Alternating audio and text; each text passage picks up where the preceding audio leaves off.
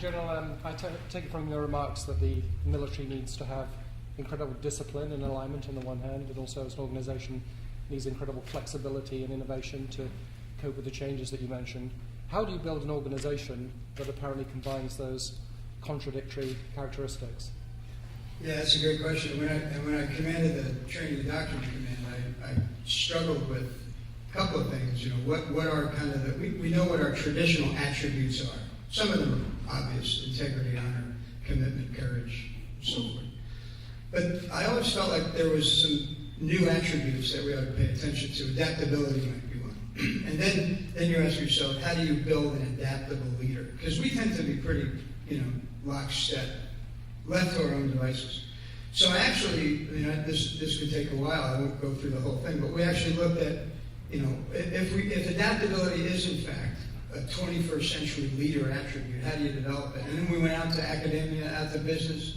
And you know what the answer that came back most clearly was, in order to build adaptability into a leader, you have to confront them with chaos and failure.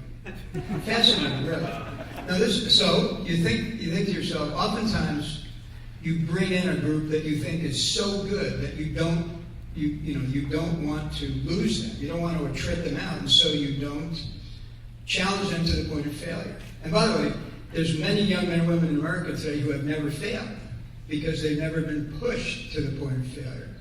And most of the studies that we were able to accumulate say that if you don't push someone to the point of failure, if you don't cause them to confront chaos, you won't build an adaptable leader. I'll give you an example. I don't mean to compliment my aide, because I never do this. But so at the BUDS, Basic Underwater Demolition School, which is a preliminary training for SEALs, they then go into SEAL training. 70% attrition rate. Now you might say, oh my God, you're bringing in all these terrific young men, and then you're only keeping 30% of them. Yeah, but boy, the 30% you keep are pretty damn special. So that doesn't mean we all have to run out and establish a 70% failure rate as the goal. But I do think that as you think about how to build leaders who can adapt, I do think it has something to do with confronting them with chaos intentionally and causing them to see failure maybe for the first time in their lives. Ladies and gentlemen, on that note, if everybody could just remain seated for 2 minutes while General Dempsey and his staff are escorted out, and please join me in thanking him for coming up special from Washington, D.C.